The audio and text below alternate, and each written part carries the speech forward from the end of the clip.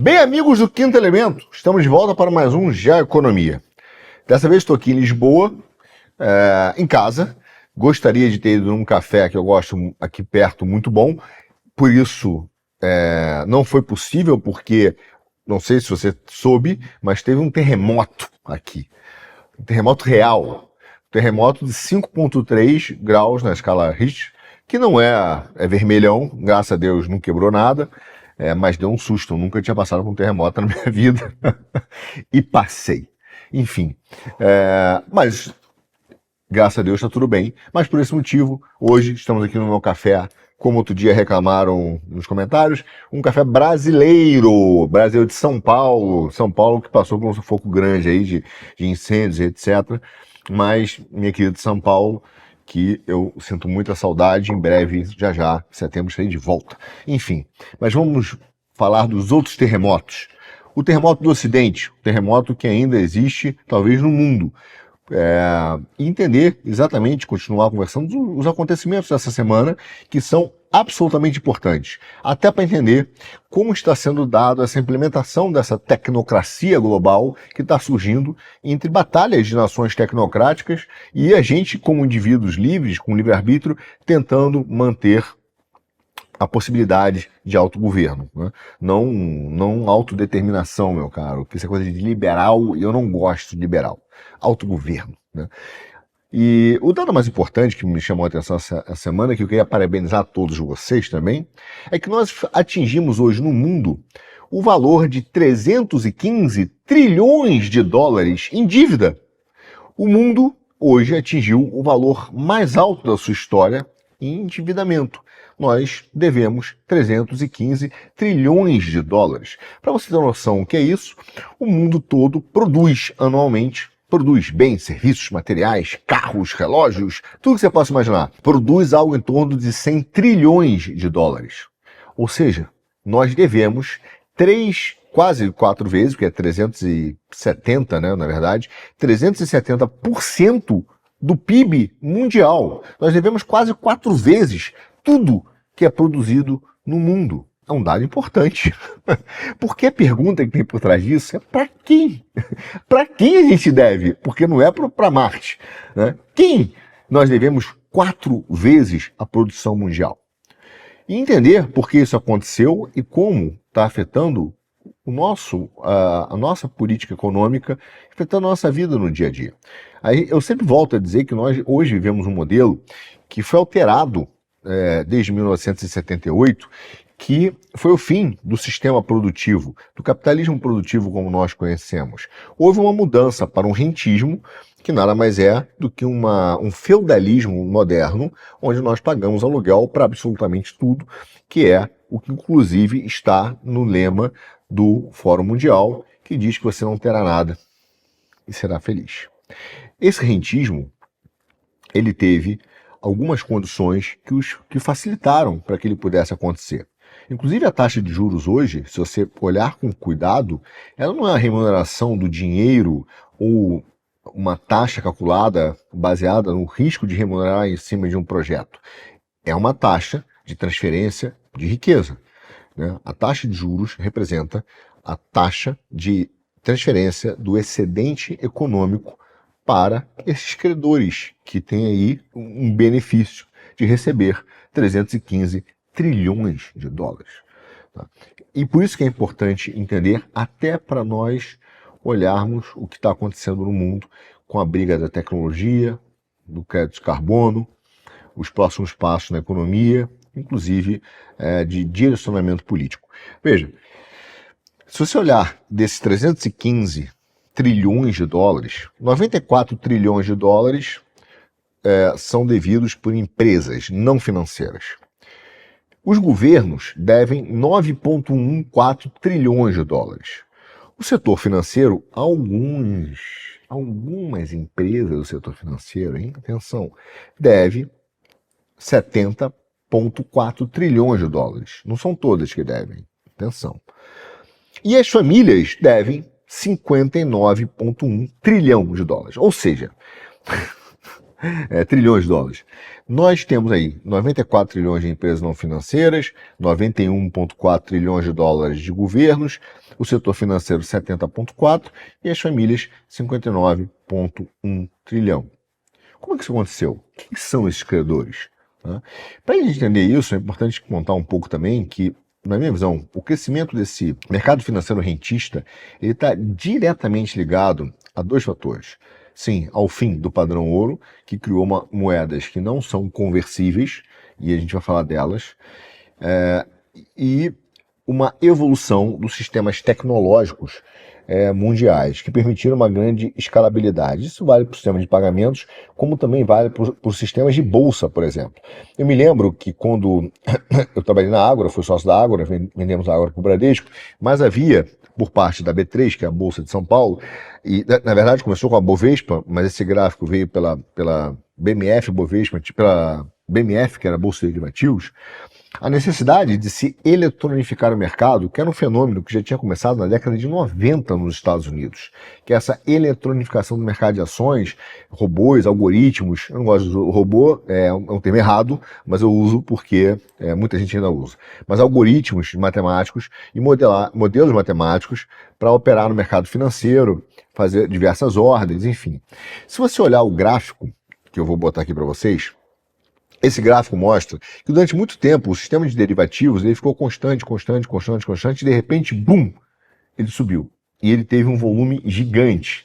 E isso foi atribuído à eletronificação dos mercados. O que mudou? O fato é que a introdução de um sistema eletrônico no sistema de ações não é apenas fazer o que você fazia antes de uma forma muito mais rápida. Aquilo permite uma série de outras interações e uma série de outras operações e uma série de outros controles e uma implementação, inclusive, de modelos que não eram possíveis implementar matematicamente sem uma robustez tecnológica por trás, que deram esse boom de volume. Isso aconteceu também no sistema monetário internacional por um motivo.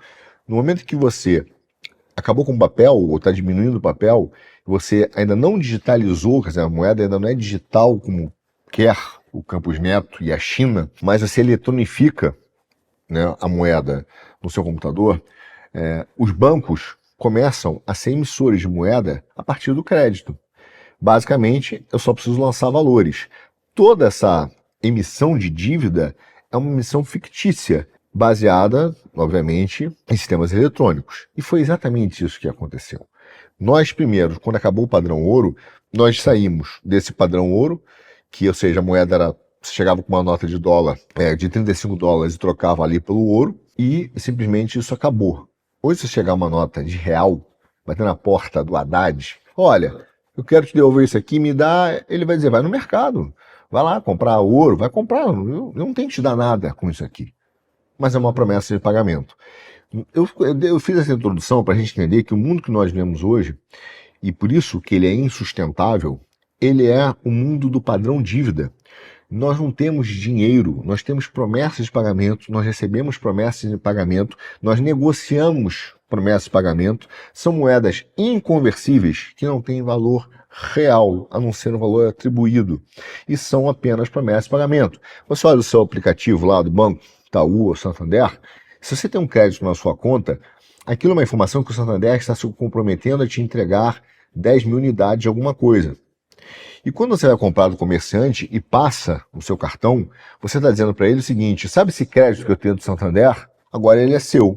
E o banco vai dizer, olha, eu também tenho conta no Santander, então é só transferir do seu cliente para o meu. Ou transferir do seu banco para o meu banco. E o Santander manda para o banco dele.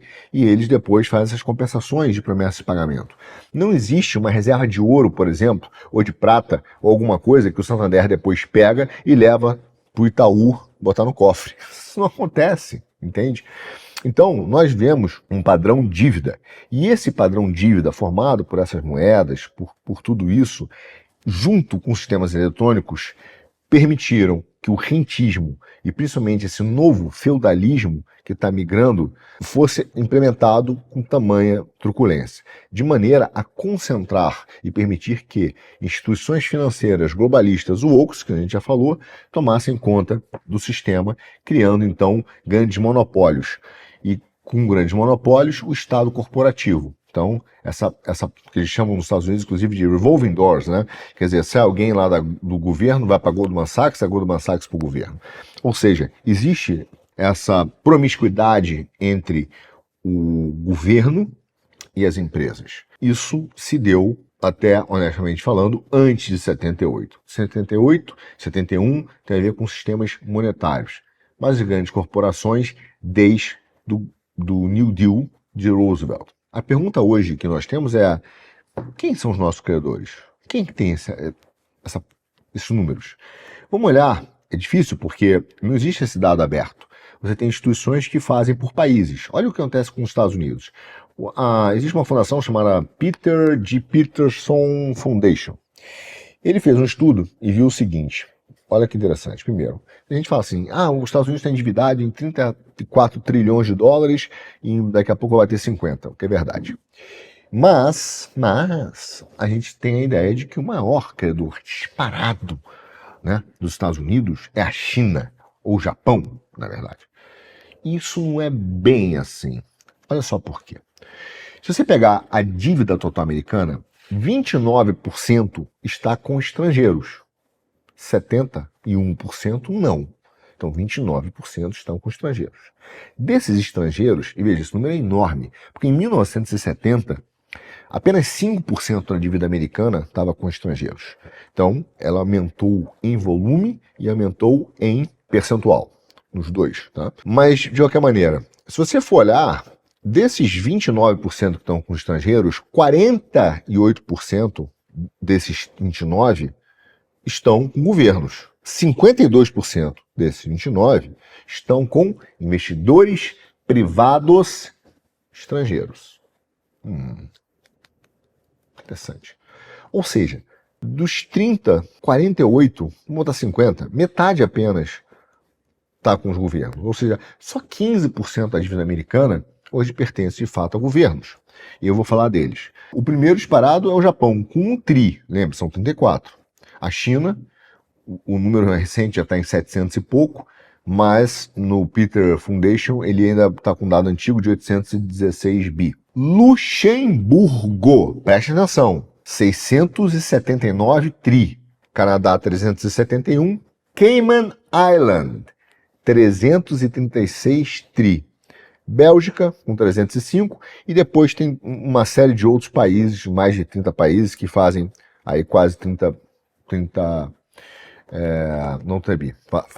países que fazem o saldo. Veja bem, e esse é um ponto importante. Luxemburgo é um país que basicamente é uma área de paraíso fiscal que é comandada por bancos. Cayman também é uma área de paraíso fiscal comandada por bancos. Não é legal você ter dinheiro lá, é legal você não declarar, né? Mas são áreas chamadas zonas livres de taxação que atraem muitos milionários, bilionários e bancos. Nós estamos falando de bancos no Luxemburgo, bancos em Cayman. Ou seja, dentro dos governos existem, apesar de ser governos, são os governos de Luxemburgo, são recursos que vieram de atividades fundamentalmente financeiras, e esses governos são reféns dos bancos, porque são lugares que dependem do sistema financeiro internacional. Além disso, ainda estou falando daqueles 30% da dívida, 52% estão na mão de investidores privados. Ou seja, se você botar Luxemburgo mais Cayman, você vai ter quase mais de um tri. É o segundo maior grupo de governos que é credor da dívida americana. Agora vamos olhar para a dívida interna, os 70%. Né? Quando você vai para 70%, 34% desse valor pertence ao Federal Reserve, ao Fed, e 24% em fundos mútuos. Depois vai quebrando uma opção de coisa, 17% na mão do retail, enfim. O fato é que 58% da dívida americana interna está na mão dos grandes bancos, seja via fundos, seja via Fed. Tá? E esse é um ponto extremamente importante para a gente começar a entender o problema desse sistema de dívida que nós temos hoje. Que é por isso que o dólar está acabando, porque a China não vai seguir e não quer seguir a continuação da dolarização. Então, o que nós temos? Nós temos um problema grave que é, primeiro, o Fed. O Fed é como se fosse o Banco Central, tá? Não é o Tesouro americano, isso é o Treasury, mas é o Banco Central. E lá, o Fed, meu caro, é independente e é privado. O que isso quer dizer? Isso quer dizer que o presidente e o Congresso têm zero de influência no Fed. Só que isso aconteceu em 1913, ou seja, o sistema americano, a política americana, entregou o monopólio legal do dinheiro para um grupo de bancos. Então você pega um grupo de bancos que eles decidem como emitir. Isso em 1913. Até então não era um grande problema, mas a natureza jurídica disso, junto com a tecnologia e o fim da conversibilidade da moeda, permitiram que os bancos sejam grandes emissores de promessas de pagamento. E ainda por cima, se você se lembrar, os bancos usam a questão da fração do recurso que você tem lá. O que isso significa? Significa que o seu dinheiro, se você botou 100 reais, esses 100 reais, eles entendem que você não vai pegar de uma vez. Então eles podem ir emprestando várias vezes para várias pessoas. Né? Então eles quebram isso do seu dinheiro, você só tem de fato um percentual disso. É por isso que eles falam que você tem que ligar para avisar quando você vai pegar do seu dinheiro, mas é para sua proteção. Tá? É para sua proteção. Então, toda essa criação do sistema de dívida que nós vemos hoje, que atingiu 315 trilhões essa semana, se deu basicamente porque o Fed cria um dinheiro fictício, um dinheiro contábil. Basicamente, o Fed faz isso através de duas maneiras. Só existe nos Estados Unidos a emissão de moeda a partir de duas maneiras. Ou essa criação de um crédito fictício, de um dinheiro fictício, que é tecnológico, chamamos de eletrônico, tá? Para não confundir com digital. Ou o Tesouro emite dólares, mas ele emite para o Fed compra os dólares e paga via os Fed Funds, que são os fundos do Fed. No final das contas, o Fed é o grande emissor, de fato, de moeda nos Estados Unidos. Isso significa que todo o sistema monetário internacional, ele, em função, inclusive, desse expansionismo monetário do dólar e do dólar como moeda, o dólar como moeda mundial, significa que a moeda mundial não pertence ao país. Então, às vezes, o cara fala assim, não, os Estados Unidos estão indo bem, se o Trump... E é por isso que o Trump tem uma briga enorme com o Fed, com o setor financeiro. Porque é isso que ele fala quando ele fala que o Fed, junto com o complexo militar, industrial militar americano, tomaram as instituições, é disso que ele está falando. Quando você tem um excesso de dólares no mundo e essa reciclagem em Treasury Bills, que é o padrão dívida, né, em títulos da dívida americana, o que está acontecendo é que o Fed emite moeda, esse quatrilhão que eu falei que existe de dólares fora dos Estados Unidos, ele é emitido pelo Fed. E o Fed é uma instituição que pertence a alguns bancos. E aí eu faço um parênteses. Esse é um risco que está relacionado à questão do Banco Central Independente que aqui no Brasil querem passar, inclusive com o apoio da direita, alguns da direita, porque não compreendem que eles estão achando que é só uma questão técnica, né? Mas, na verdade, você vai tornar o Banco Central independente da vontade do Congresso e do presidente da República, tirar, né, a influência desses entes e tornar uma decisão técnica, que na verdade é a ortodoxia monetária, que nada mais é do que esse sistema monetário que está aí e que está falido. Só que isso é uma tentativa de continuar mantendo esses bancos centrais para que eles estejam sob influência do Fed e dos globalistas, que são os monopólios e oligopólios financeiros, meu caro. É isso que tem por trás. Thomas Jefferson já tinha dito que o maior perigo para a sobrevivência da República é o monopólio bancário. E isso, indiretamente, foi feito nos Estados Unidos via o Fed. Tá? Então, esse momento em que você junta tecnologia, inconversibilidade da moeda, um expansionismo militar americano e a inação da Europa, e por que eu digo que foi uma inação? Porque nós em algum momento, em 78, você vai ver que os Estados Unidos reconstruiu a Europa após a Segunda Guerra.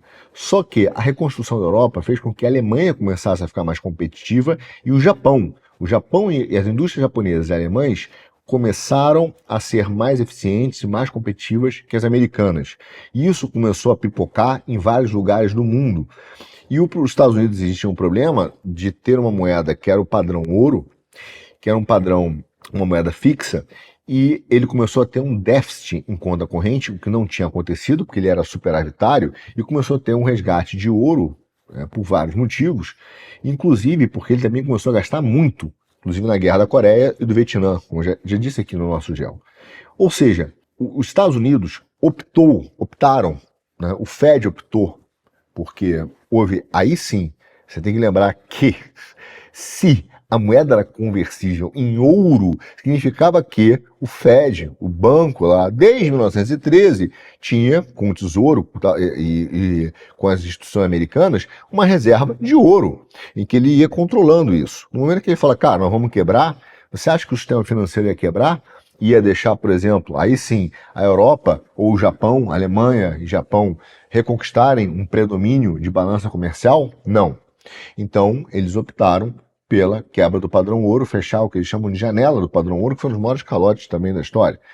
Enfim, mas isso marcou esse momento da transição do padrão ouro para uma moeda conversível, não conversível mais, junto com o começo do avanço da tecnologia, numa transição que é extremamente importante para a gente, que é a transição do capitalismo de produção para o rentismo. Ou seja, por causa de uma necessidade política ou geopolítica hegemônica de manter a hegemonia e os controles da nação, do mundo, os Estados Unidos optaram pelo fim do padrão ouro. Mas mais importante do que isso é que eles fizeram e optaram por uma destruição planejada da economia mundial. Isso foi uma decisão planejada. Ou seja, eles começaram a ver os sistemas, as indústrias europeias, japonesas, começaram a ficar superavitários. Ele tendo um expansionismo militar e ele ficando deficitário, ele viu que ia perder a sua hegemonia econômica e possivelmente no futuro a militar, porque não teria quem financiasse. E por isso é que houve essa destruição. Isso não é uma teoria conspiratória, isso não é um termo tirado da cartola, isso foi, aliás, o termo utilizado pelo Paul Volcker. O Paul Volcker, na Universidade de Warwick, na Warwick University, em 1978, ele explicou sucintamente o que eles tinham feito. Né? Ele explicou exatamente o que eles tinham feito. E a frase dele é muito simples, eu vou ler uma frase, que é: a desintegração controlada da economia mundial é um legítimo objetivo para os anos 80.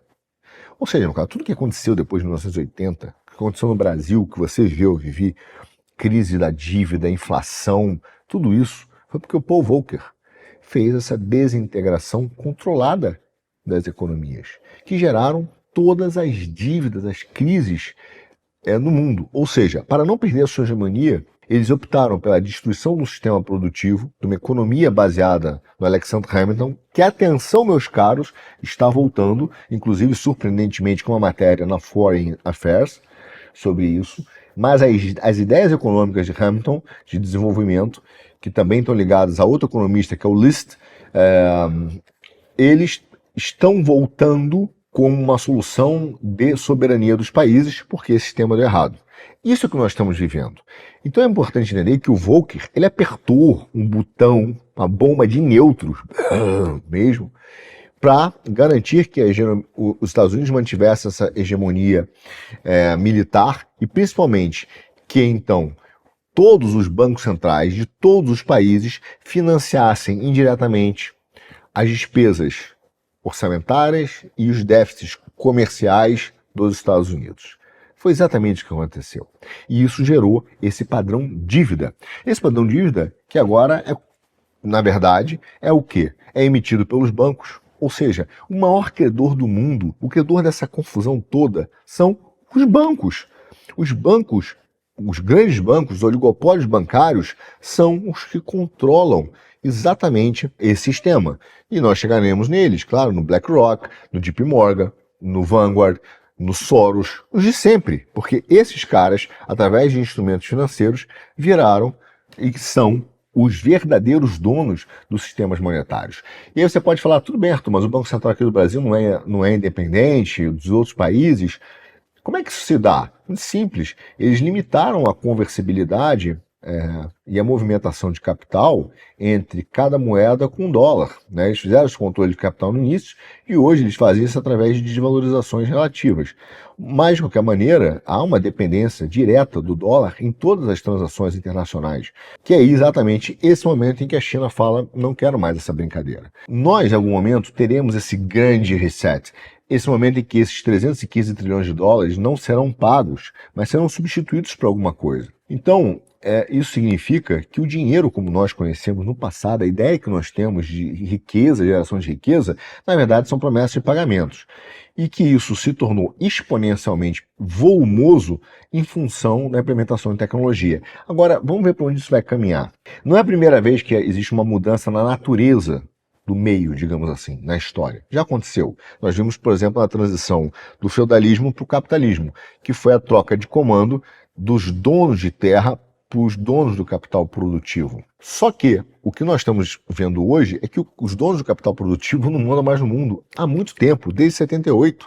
Eles não detêm mais o poder, porque isso foi dado aos bancos, que são os grandes emissores, e começaram a cobrar um aluguel. Esse aluguel é uma taxa de juros que ficou exorbitante a partir da desintegração controlada da economia mundial, feita pelo Volcker e assumida pelo Volcker.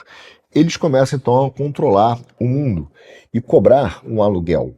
Se eles cobram um aluguel baseado em quê? Baseado em absolutamente tudo. Hoje os bancos são donos de imóveis, né?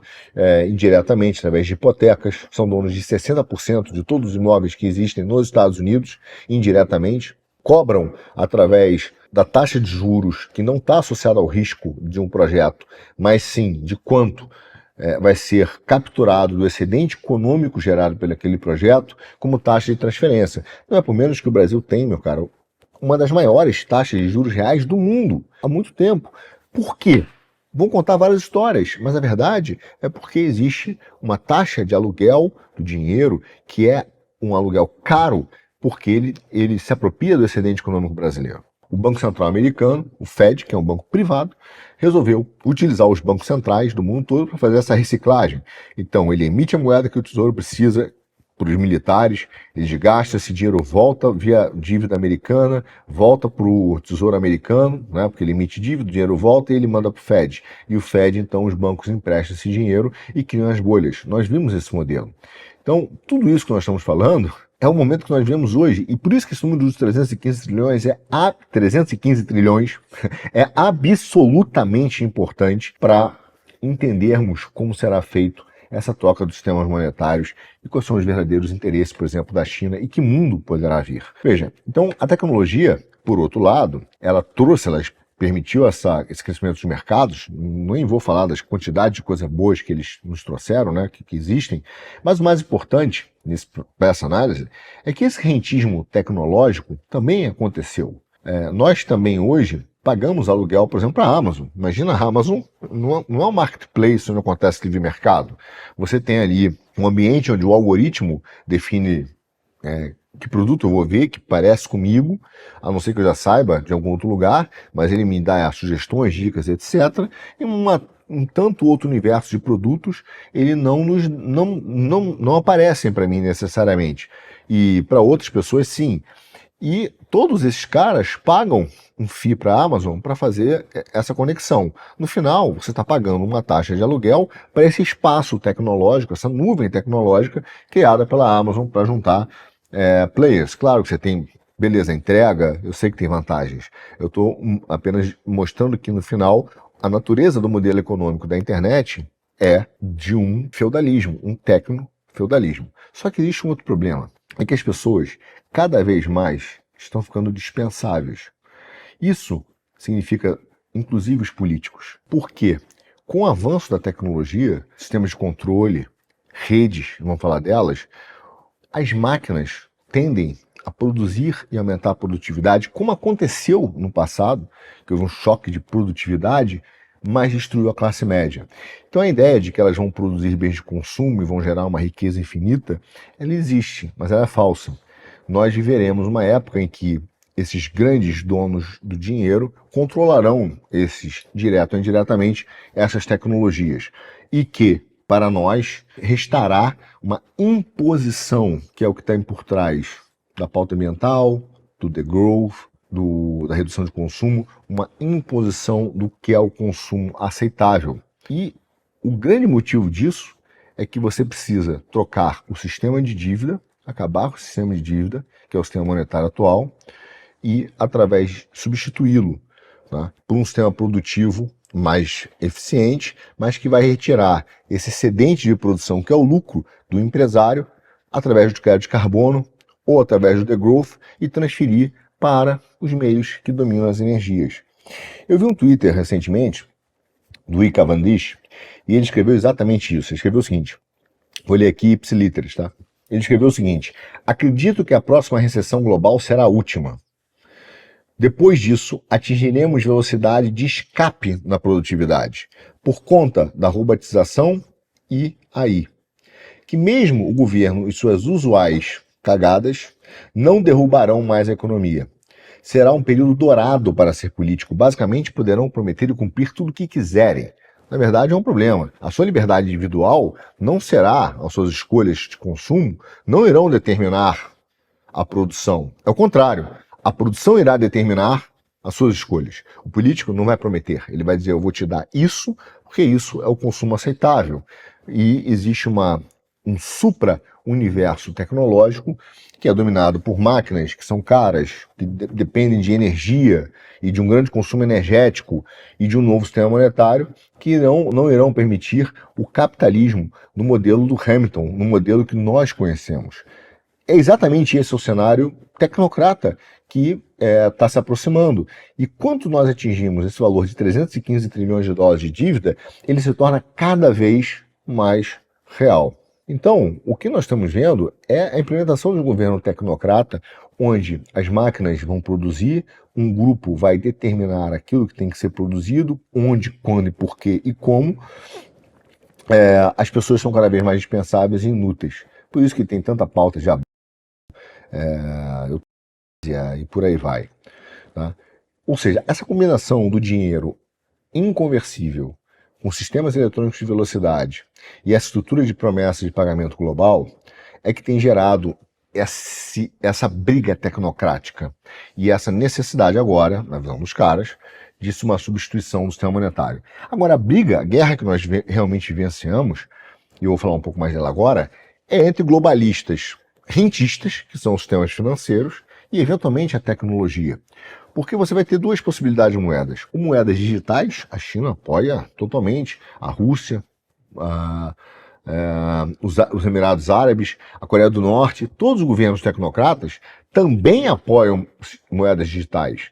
Veja bem, significa que eles sabem, não é porque eles são representantes da liberdade, mas é porque eles sabem que conseguem controlar melhor a sua base monetária, o seu hábito de consumo, crédito social, bom comportamento, a partir de medidas eletrônicas, né, de sistemas eletrônicos. Então, você tem, de um lado, a possibilidade de uma moeda digital apoiada por sistemas tecnocratas, mas autocratas também. Por outro lado, esses sistemas digitais também podem, a depender de como vão ser construídos, se forem apolíticos e descentralizados, poderão dar maior liberdade de vida, mas existe uma outra corrente tecnocrata que quer implementar aí a moeda como crédito de carbono, e ambas têm a função de acabar com superávit e déficit no mundo, tá, entre países. Eles pretendem solucionar esse problema retirando os excedentes através de uma economia planejada. É só isso. É isso que nós estamos enfrentando. Tá? Só que a traição da China, ela acelerou esse fim da dívida lastreada no dólar. E era o ponto que os Estados Unidos e os globalistas rentistas apostavam, né? A China vai continuar desse jeito, vamos entrar lá fazendo crédito, aumentando essa dívida para as pessoas físicas chinesas, né? Isso vai salvar a economia por mais um tempo, e em algum momento nós vamos fazendo isso aos poucos, a substituição via crédito de carbono. Isso foi necessário acelerar o projeto de crédito de carbono simplesmente porque a China resolveu seguir a sua autonomia e pensou no mundo hegemônico. Ela também pensa no mundo hegemônico. Não vamos nos enganar. Agora, ela entendeu que a China entendeu que eles querem e precisam trabalhar com algumas frentes e entenderam que será necessário substituir o padrão dívida. E eles querem substituir esse padrão, porque hoje eles pagam um grande pedágio. Aliás, é um termo muito bom, escrito pelo... Vou pesquisar porque eu esqueci o nome dele agora, mas eu não sei onde eu botei, mas é um ex-ministro da Grécia, e esse cara, ele é de esquerda, tá? Mas ele dá um termo que é muito bom, ele fala de paz cretana, com a ideia de que você, na verdade, vai precisar, hoje, nesse sistema americano, você precisa pagar uma taxa para o Minotauro, o grande Minotauro, né? Que era sempre sacrificar alguém, né, com uma carne humana para ele ficar calmo. E que é exatamente essa reciclagem dos dólares. Então, esse foi o termo que esse cara criou e essa visão, e que a China simplesmente não topa mais. Qual é o plano da China? A China tem um plano, e está sendo bem executado, para o domínio mundial e da hegemonia. E ela aposta numa assimilação de um novo império, que eu acho que é dominado por telecomunicações, computação, manufatura e logística. A China tem apostado nesses 4 pilares para domínio desse novo sistema, do mundo. Assim ela quer tomar o poder hegemônico. Então, quando a gente fala hoje do tamanho da dívida, e a China já entendeu esse jogo bem claramente, entendendo que haverá uma substituição do sistema monetário, ela entendeu que ela não precisa mais financiar os Estados Unidos, porque eles irão atrás do superávit que ela criou. E eles irão exatamente porque eles precisam substituir esse sistema. Agora, será um sistema baseado em tecnologia? Será um sistema baseado em crédito de carbono ou um mix dos dois? Isso a China não tem essa resposta. Mas ela tem essa visão de que se ela tiver em cada um dos segmentos pontos de controle, ela dominará o mundo. O que eu estou falando está no site, estava no site, né? Eu não sei se ainda está, mas estava no site da Huawei, apresentado numa enorme conferência que eles fizeram, a Huawei Connected, em Xangai, em 2019. Exatamente essa visão. Criar pontos de controle e utilização de sistemas de telecomunicações e computação para criar o domínio tecnológico e de dados do mundo. São assim que eles querem assimilar esses 7 bilhões de pessoas. Agora, como os caras querem fazer isso? Óbvio. E esse é um dos pontos centrais que tem acontecido hoje no mundo, que é a captura de dados. Por isso que a indústria de chips ela continua sendo absolutamente relevante. Eles precisam de muitos dados, capturas de dados e informação, tanto os Estados Unidos quanto a China. Você deve se lembrar que, em algum momento, até houve, sabe-se que os Estados Unidos capturam os dados de todas as transações mundiais do SWIFT, são passados obrigatoriamente para os Estados Unidos, mesmo que não ocorram nos Estados Unidos. Então a Europa passa 100% dos dados, assim como também as instituições passam para os sistemas europeus de análise. Mas não é só isso, dados de WhatsApp, redes, tudo isso é utilizado hoje como uma captura de dados e informações. E, obviamente, você precisa de poder computacional para isso. Agora, o seu algoritmo ele pode ser o melhor do mundo, mas se os seus dados forem ruins, você não consegue fazer uma boa previsão. O seu algoritmo, mais ou menos, mas com dados muito bons, é muito mais eficiente. Por isso que é base de dados, chip, guardar todo tipo de informação. E é exatamente isso que eles têm feito. Veja, teoricamente, a China, eles não precisam invadir militarmente para dominar. Eles precisam que nós entreguemos voluntariamente os nossos dados para os governos. E é isso que está atrás de todas essas políticas que estão aí. Moedas digitais como o real digital, a integração, né, da tecnologia da Receita Federal, o Google, por exemplo, a sua filha, se ela usa o Google Class lá, acho que é Google Class, né? Você tem que ter ela tem que meter o CPF dela, tem que ter uma conta dela no Google Class, porque eles precisam individualizar, né, imediatamente. As Big Techs capturam esses dados para criar um armazenamento de dados. É isso que está por trás, por exemplo, dos tablets da Tabata. É isso que está por trás de uma série de fatores que você toda hora tem que autorizar os seus dados. É captura de dados, tanto dos Estados Unidos quanto da China. E nesse ponto, o smartphone, o celular, ele se tornou o maior coletor de dados de cada aspecto da existência humana. Eles sabem absolutamente tudo da gente, né?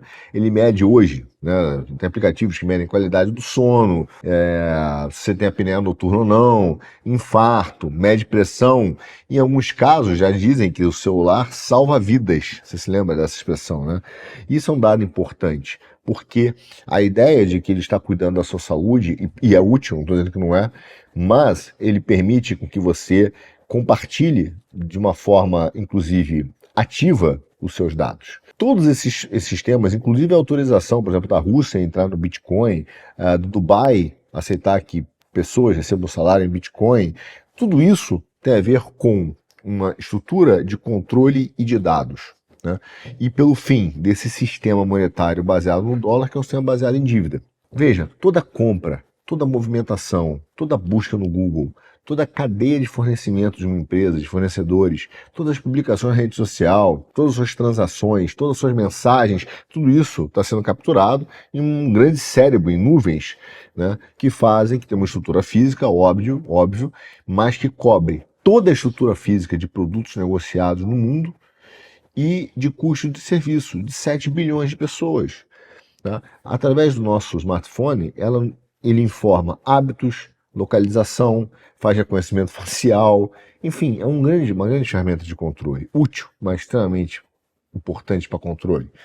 Por isso é que eu volto a dizer que o AI e os chips e os dados são fundamentais para essa implementação tanto da nova moeda digital, ou das novas moedas digitais, quanto dos créditos de carbono. Os créditos de carbono rivalizam com as moedas digitais, porque na verdade eles sabem que o armazenamento dos data centers para a inteligência artificial consome energia e há uma batalha política por trás disso.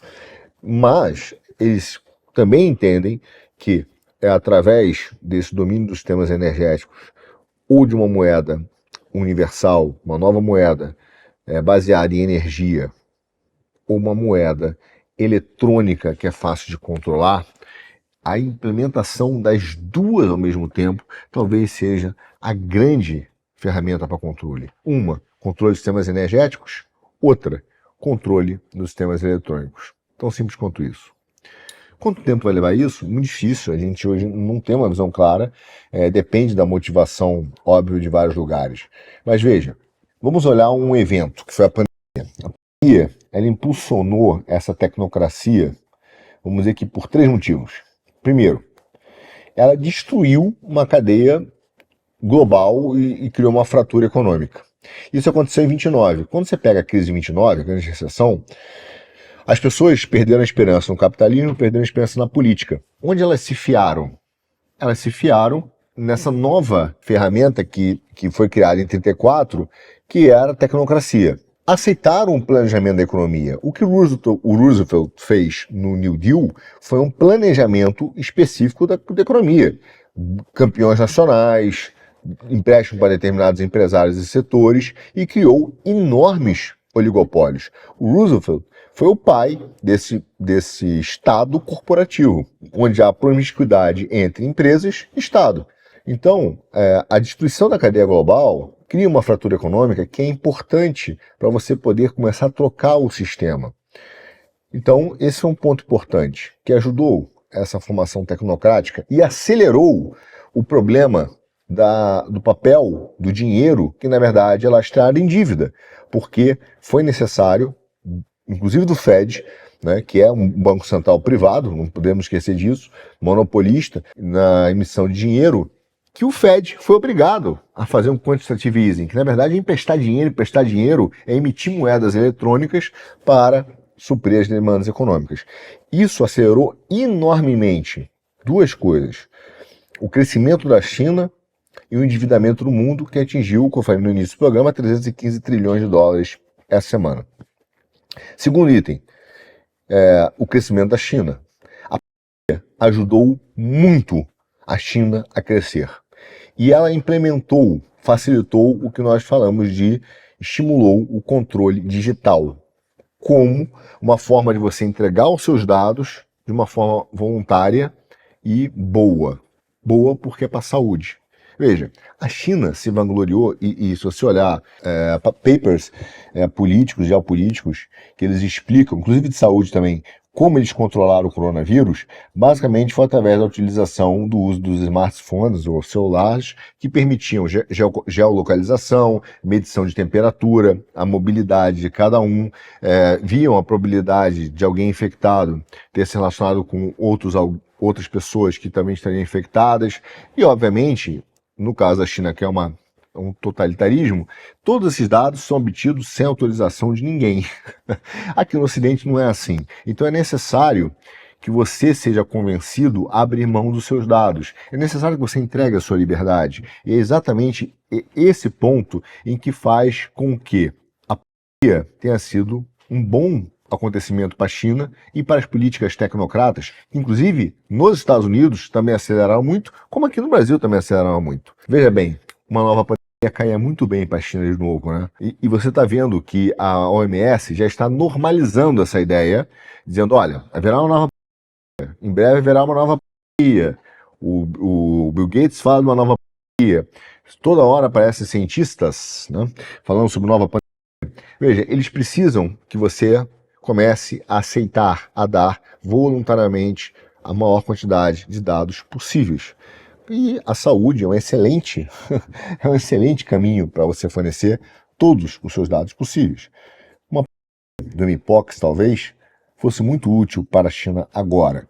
Agora, veja, se ela está buscando um plano tecnocrata de uma economia concentrada e planejada, e ela está tão obcecada pelo crescimento do paradigma, ou o paradigma do crescimento, não seria uma contradição? Quer dizer, ela quer uma economia planejada, ela quer uma economia com pontos de controle, ela quer uma economia digitalizada, que por um lado é bom, ela tem atuado nos dois segmentos, ela tem atuado nos créditos de carbono, no setor de energia limpa, com tecnologia, mas também nas moedas digitais. Lembre-se que a China quer ser líder em moedas digitais. E aí é um lado importante. Ela não quer só ser líder em moeda digital. Ela quer ser líder global. Mas não é um paradigma, não é um contrassenso, um antagonismo, uma contradição? Não é. Por quê? Existe um motivo muito específico para a China atingir a liderança global usando o paradigma do crescimento. Eu vou explicar para vocês o motivo agora. Mas vamos lá. Existem duas razões para a China estar buscando essa liderança global. A primeira é o mito fundacional, que é importantíssimo num país. Veja, em 2049, o Partido Comunista Chinês fará um século, 100 anos no poder. Um século inteiro no poder. Eles querem utilizar essa data para dizer o seguinte: nós tivemos o século da humilhação, né, que foi desde a guerra do ópio até a Revolução Comunista. Foi considerado o século da humilhação. O Ocidente fez a China uma geni. Tudo que você pode, até Portugal bateu na China. Todo mundo batia na China. Eles consideram esse período o século da humilhação. O Partido Comunista quer criar um mito fundacional e dizer o seguinte: nós fizemos o século agora da glória, onde nós atingimos uma liderança global. Veja, para quem viveu o século da humilhação, para quem viveu uma série de problemas e de monarquias e de dinastias extremamente, todas elas foram rudes e violentas, é importante ter um mito fundacional que te coloca lá em cima. A China quer o Partido Comunista Chinês quer esse marketing, esse efeito fundacional que mexe com as pessoas. Em 100 anos, saímos da humilhação para a glória, sendo líderes globais. Mas esse é um dos motivos. O segundo motivo é absolutamente estratégico também, para quem quer uma economia planejada, principalmente num momento em que haverá duas moedas muito fortes para substituir o padrão dívida, digitais e crédito carbono, que é o seguinte: o artigo 13º, acho que parágrafo 1, do FMI, Fundo Monetário Internacional, diz que a sede do fundo será no país que tem a maior cota do fundo. Isso significa que, se a China tiver a maior cota, ela poderá ter a sede do Fundo Monetário Internacional. Da mesma maneira, o artigo 5º, parágrafo 9 do Banco Mundial faz a mesma previsão legal. Ou seja, veja só, como é que é feito essa cota? Na verdade, é uma ponderação. Tá? É 50% do tamanho do PIB, onde esse 50%, na verdade, é uma ponderação de 60% do PIB mesmo, a taxa de mercado, e 40% do poder de compra. Tá? Depois tem uns 30% que é exposição à economia mundial, medido pelo volume e participação do trading, e você já dá 80%, né? E depois você tem os cacarecos lá que fazem essa ponderação. O fato é que, se a China atingir em 2049, 2050, o status de líder global, ela poderá pegar a sede do Banco Mundial e do FMI e colocar, meu caro, lá em Pequim, em Beijing, sei lá onde, botar lá na China, entende? Aí você haverá um domínio cultural também na utilização dessas instituições multilaterais e transnacionais para implementação de uma tecnocracia. E veja, as duas estão ligadas a moedas, Fundo Monetário Internacional e o Banco Mundial, a moedas, a empréstimos. Então ela está usando o paradigma do crescimento, não porque ela acredita, ela quer gerar uma riqueza, né? Como eles mesmos falam, um socialismo de mercado chinês, mas estão buscando uma liderança para atingir também as instituições multilaterais. Ou seja, é um projeto de pontos de controle, domínio via dados, que assusta. Né? Assusta por ser tecnocrata. Mas do outro lado aqui também, nos Estados Unidos, eles também assustam pela sua tecnocracia. Então nós temos hoje duas nações tecnocratas brigando por uma hegemonia para determinar qual será o padrão monetário. Algumas nações tecnocratas e soberanas tentando manter sua soberania, entendendo a importância da soberania, mas aceitando sistemas de controle monetário. E você tem os conservadores. Tem os conservadores que hoje querem, de fato, voltar à possibilidade de ter o seu autogoverno. É o que nós estamos enfrentando. Eu dei uma acelerada, eu sei disso, sobre tudo isso, um programa talvez um pouco mais também técnico, né, histórico, mas com alguns dados recentes, para mostrar que é exatamente o que nós estamos enfrentando hoje aqui no mundo. Um modelo de nações tecnocratas contra indivíduos livres, né, ou autogovernáveis. Né? É claro que eu não estou dizendo liberais, não confunda com isso. Mas, de fato, a nossa rede de escolha está num risco muito grande. Temos enfrentado essa dificuldade.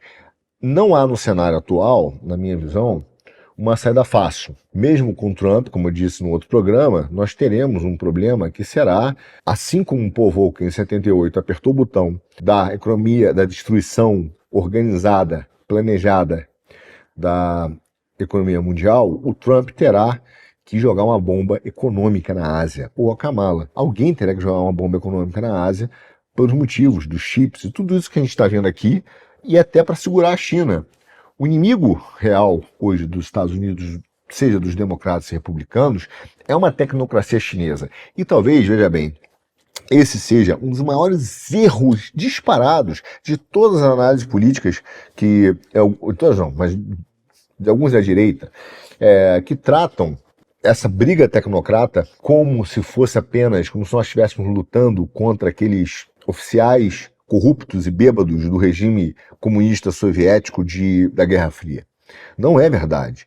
Hoje, a China tem uma elite mandarim extremamente preparada, que foi educada nas melhores universidades do mundo, uma mão de obra que foi enviada para tudo que você possa imaginar, copiar copiar a solução, entender como funciona, não respeitar copyright, fazer contrabando, isso tudo mesmo, foram para isso.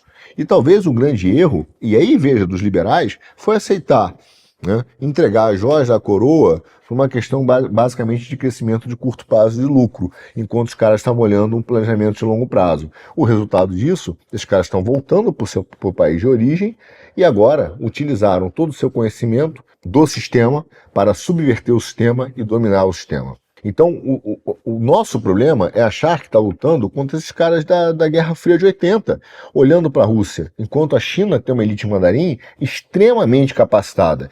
E não se iludam, os Emirados também. Os Emiratos têm uma elite Emirates que é extremamente capacitada, não por menos, as melhores escolas do mundo hoje estão nos Emirados, em Dubai e Abu Dhabi. Ou seja, nós estamos vendo um domínio intelectual e tecnológico que está se expandindo em infraestrutura, manufatura, tecnologia e no sistema monetário. Veja, a China, eu volto a dizer, ela atua nas duas vertentes, crédito de carbono e moedas digitais. Qual é o nosso risco? O nosso risco é que no Ocidente, e até mesmo nos Estados Unidos, o povo pode começar a gostar dessa solução, porque vai dizer, pô, pelo menos alguém vai cuidar de mim, né? E esse é o problema. Veja, nos Estados Unidos, 41% dos americanos já acham que aquela ideia do American Dream morreu. Ou seja, aquele mito, né, de que a cada geração os empregos ficam melhores, as casas ficam melhores e você tem mais bens de consumo, para essa geração já não aconteceu. Então esse mito, para eles, está caindo. Eles veem cada vez mais uma pressão inflacionária e um custo para criar filhos. E mesmo para se sustentar, para sobreviver. O risco que nós corremos é as pessoas começarem a achar a tecnocracia uma solução boa. E, não por menos, os Estados Unidos perceberam isso. Se você for olhar a mensagem do Jackson Hole, que na verdade é uma reunião dos bancos centrais, é um Fórum Econômico Mundial dos Bancos Centrais, que aconteceu agora nos Estados Unidos, em que todos esses bancos centrais foram lá, inclusive o Fed, que é privado, quer dizer, é uma reunião do poder central, que são os oligopólios financeiros, wokes, junto aos bancos centrais, que são quem financiam o consumo, são utilizados de instrumento para financiar o consumo e a expansão americana, eles deram uma visão de esperança, eles estão tentando dar uma visão de esperança, porque eles têm medo que as pessoas comecem ou apostar num projeto dos conservadores, né? E é o que tem acontecido nos Estados Unidos, na Europa e aqui no Brasil, uma revolta, né, positiva, né, mas da população apoiando o conservadorismo, a soberania e a volta, né, da industrialização e de investimentos industriais e o fim da cultura woke, mas ao mesmo tempo você tem um risco lá nos Estados Unidos de que até mesmo essas pessoas comecem a olhar para uma tecnocracia chinesa com bons olhos, como tem acontecido. Mas isso, do Jackson Hole, é uma tremenda cortina de fumaça. O que aconteceu em Jackson Hole agora, que foi uma mensagem de esperança, a inflação está controlada, agora nós vamos crescer, é porque a inflação chegou num nível que está consumindo a classe média americana e a Kamala pode perder a eleição por causa disso, até porque ela não tem resposta para a inflação. A resposta da Kamala para a inflação foi: vou controlar preço. Olha lá, Sarney, fiscal do Sarney. Ela não tem resposta. Inclusive, ela foi proibida, né, de dar entrevistas e está tentando reduzir o número de debates com Trump para poder fazer uma campanha emocional, que é a campanha do Good Vibes, tudo vai dar certo, a esperança voltou, o amor voltou. Que é uma série de chavões que afetam as pessoas que estão deprimidas com as questões econômicas reais e com um mundo que se torna muito difícil. Então, os dados que nós falamos hoje sobre o nível da dívida mundial e a estrutura do Fed foram importantes para a gente entender o momento que nós estamos vivendo, que é exatamente talvez o ponto mais alto, né? Alguns acham que essa dívida ainda vai subir mais e tal, mas é um dos pontos mais altos da história e que ela é insustentável.